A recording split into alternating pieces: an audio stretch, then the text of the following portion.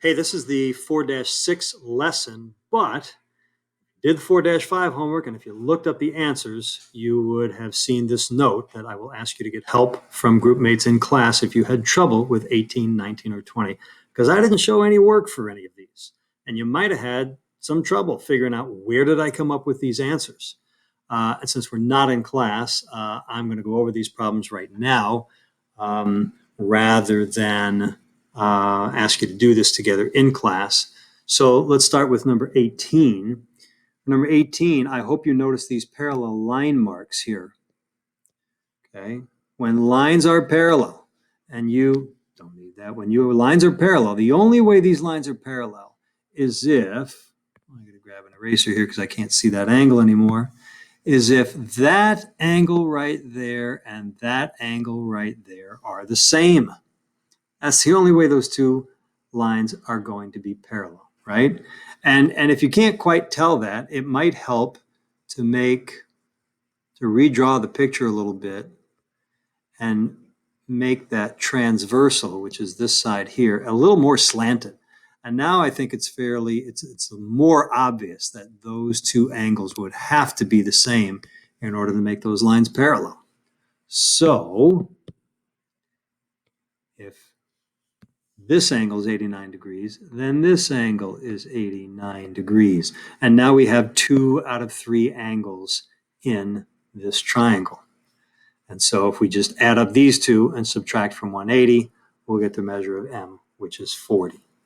So that's one way to do this problem. Now, there's another way using the same ideas, which is that if these lines are parallel, the only way they're going to be parallel is if these two angles are congruent.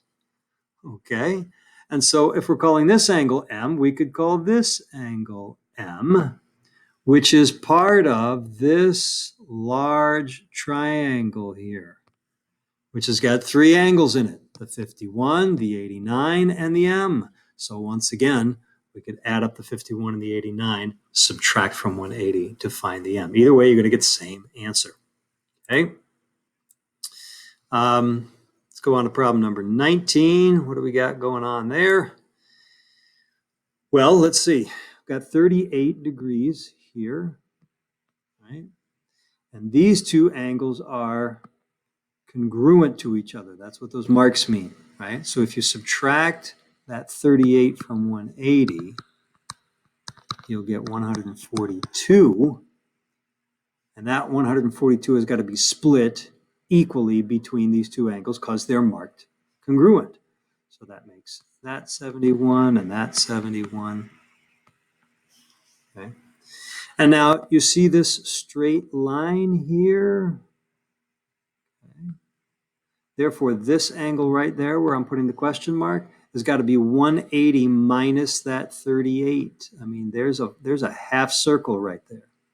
So 180 minus 38, well, I already did that arithmetic up here. It's 142. So that angle right there, that obtuse looking angle, is going to be 142 degrees.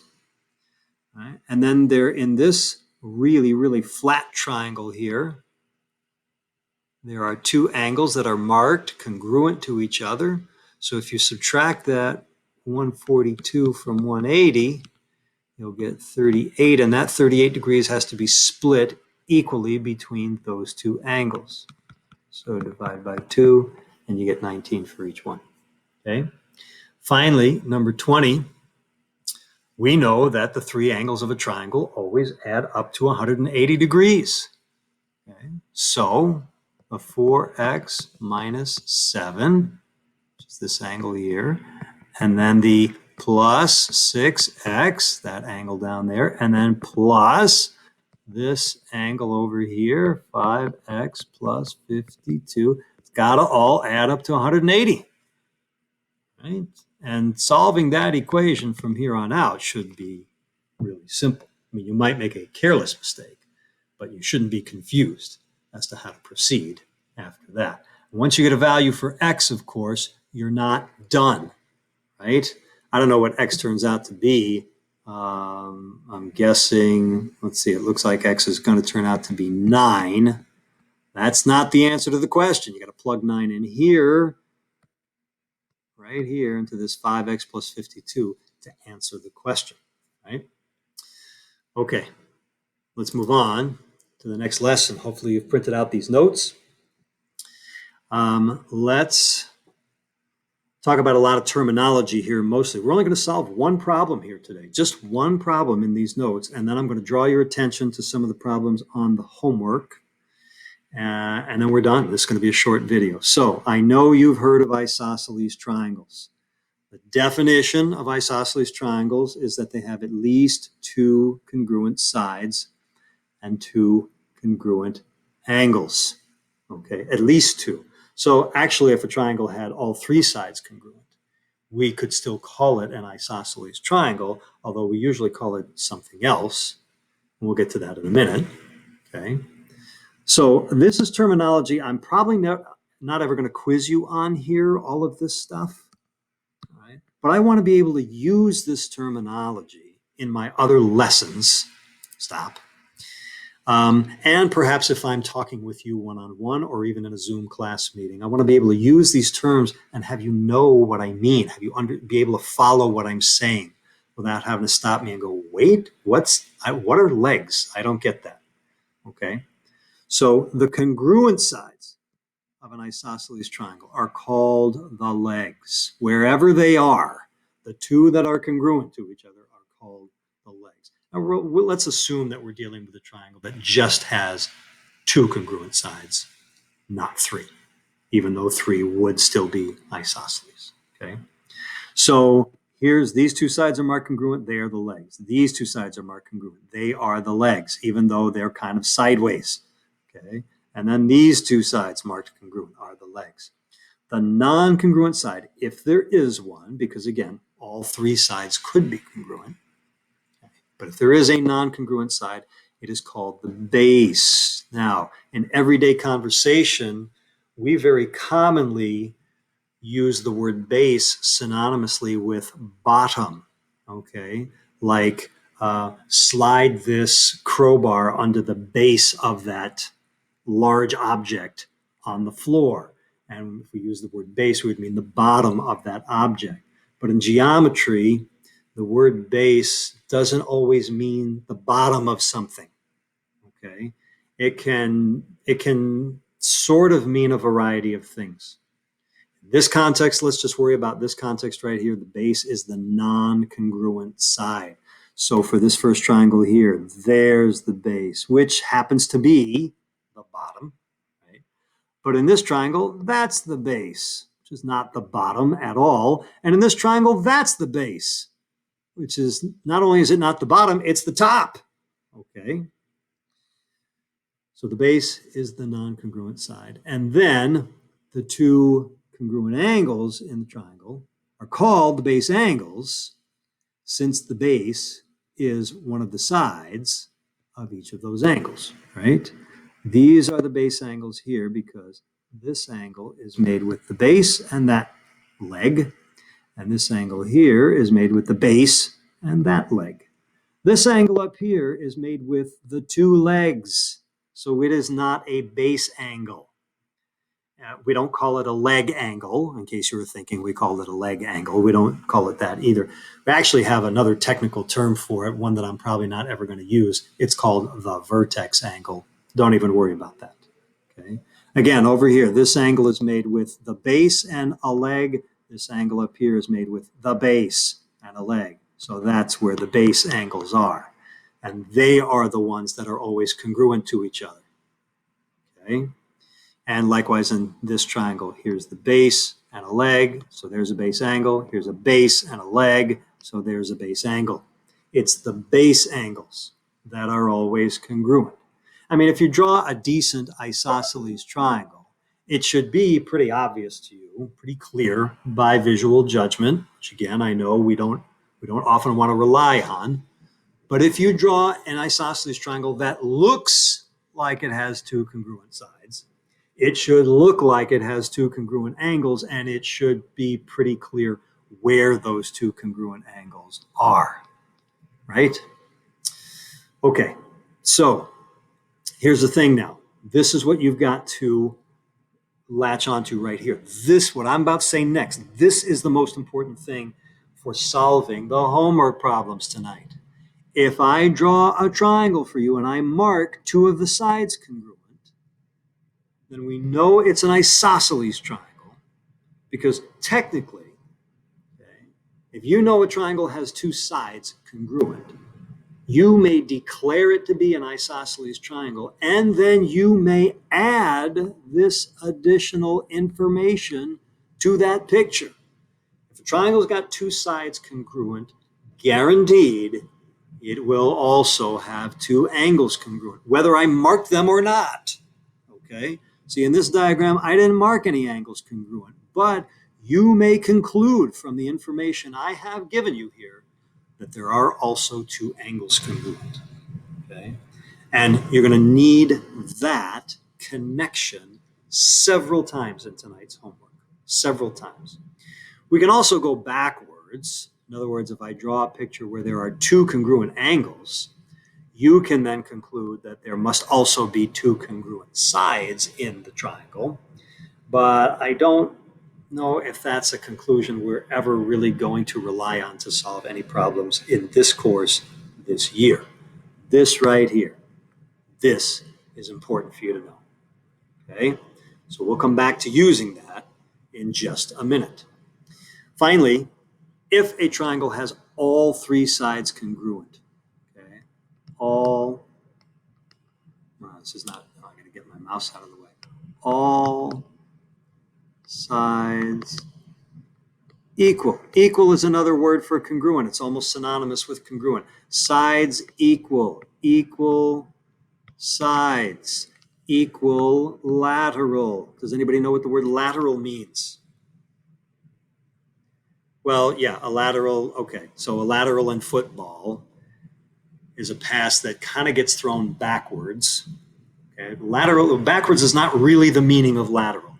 Technically, in football, if you throw a lateral, that means it hasn't been a forward pass. You haven't thrown it forward from the point where you're standing.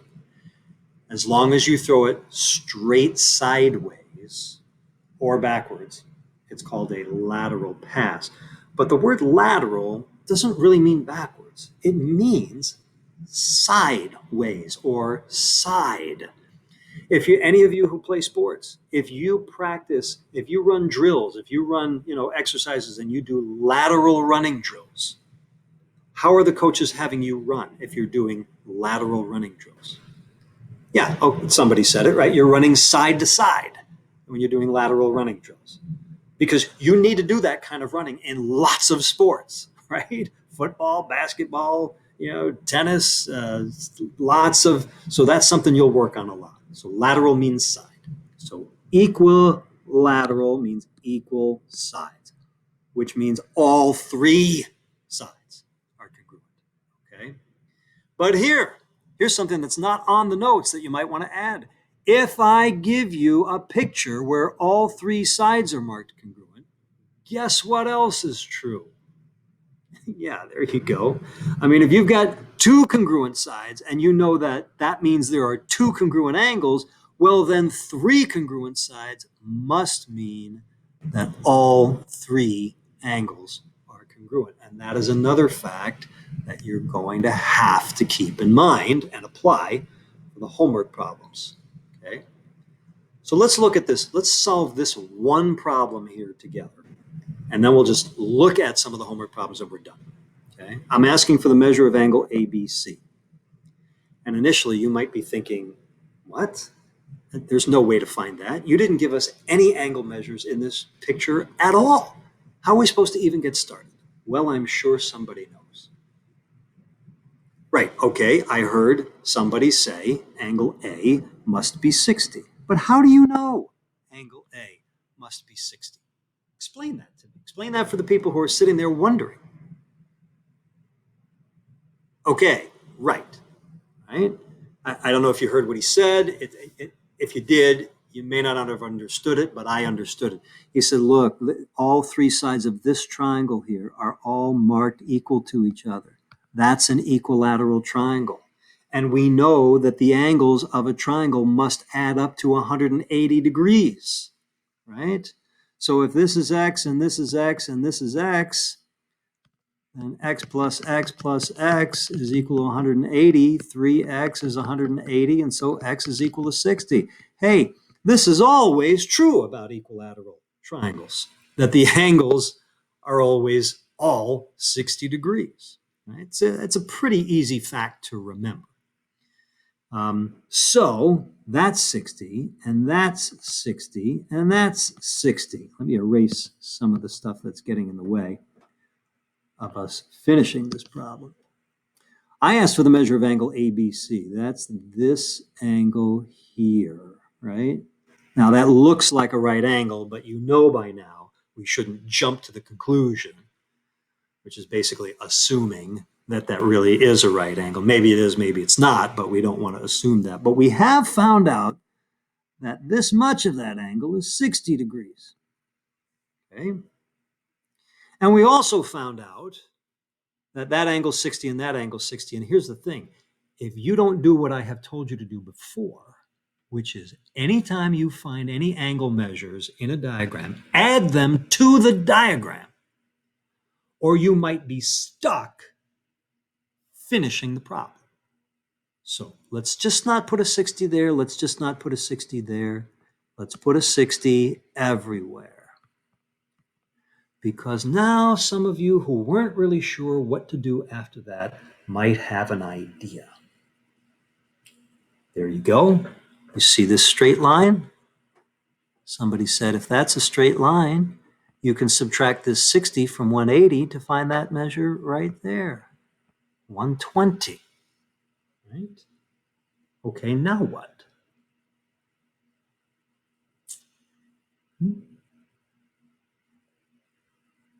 Come on. We look at this triangle here. Let me change my color. Look at this triangle BDC. That's a special kind of triangle. Can you tell? Look at the marks in that triangle. It's an isosceles triangle. See? Those sides are marked congruent. And if the triangle is isosceles, there have to be two congruent angles in the triangle. See, here we are applying both of these facts, the ones that I starred here. We're applying both of them to solving this problem.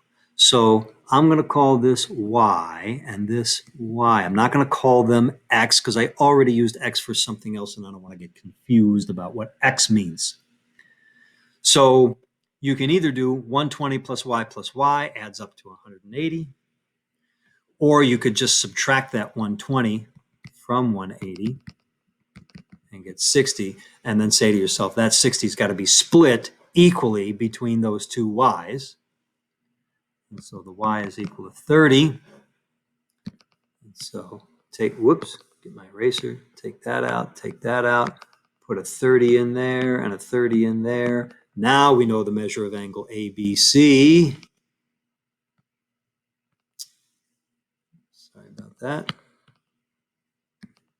ABC. It's that 60 plus that 30. So it happens to be 90 degrees. Okay. But again, don't allow this problem to reinforce the wrong idea that just because angles look like they're 90 degrees, that they must be 90 degrees. This one just happened to turn out to be 90 degrees. Okay. Now, I didn't prepare this properly, but I believe I can open up the homework problems right now. Oh, good for me. So, this homework assignment is practice with all kinds of angle problems, okay? And not many of them have to do with isosceles triangles or equilateral triangles. Many of them are problems you could have solved before this lesson, okay? But when you run into a diagram, like, here, number 4, see those congruent sides that are marked? So that's an isosceles triangle. That means there's two congruent angles in this diagram. You got to apply that connection to this problem in order to solve it. Where's the next picture where we see two congruent sides marked, or maybe 3? Oh, there you go, right there. All three sides of this triangle congruent. Therefore, all three angles inside that triangle are congruent. That'll get you a long way towards solving this problem. Are there any others on this page? Yeah, there's one right there. Hey, this triangle on the left, that's an isosceles triangle. And this triangle on the bottom, that is an isosceles triangle. So there's going to be two congruent angles in this bottom triangle. There's going to be two congruent angles over there for that triangle. That's going to get you going on this problem. Are there any others on this page? No, I think this page, the whole rest of this page is just more practice with stuff we've already learned. And I thought I wanted to draw your attention to one problem. Oh, wait, there's a third page. Yes. Okay. And some of you in particular need the practice with problems 21 and 22 because there were two problems just like these on quiz 3-05. And some of you didn't set up either equation correctly. Some of you set up both equations the same exact way, and they should have been different.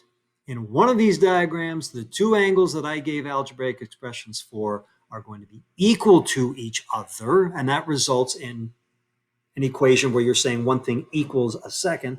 And in another diagram, it's going to be the case where the two angles with the algebraic expressions add up to 180, and you have to be able to tell which is which. Okay, so some of you really need the practice with these. Some of you are probably going to find these easy. Okay, and then here's another problem, just like one of the problems on the previous homework assignment. If you had trouble with it, I explained how to do it at the very beginning of this video. Might want to go right back to the beginning of this video and see what I did if you are struggling with this problem here. Okay, that's it.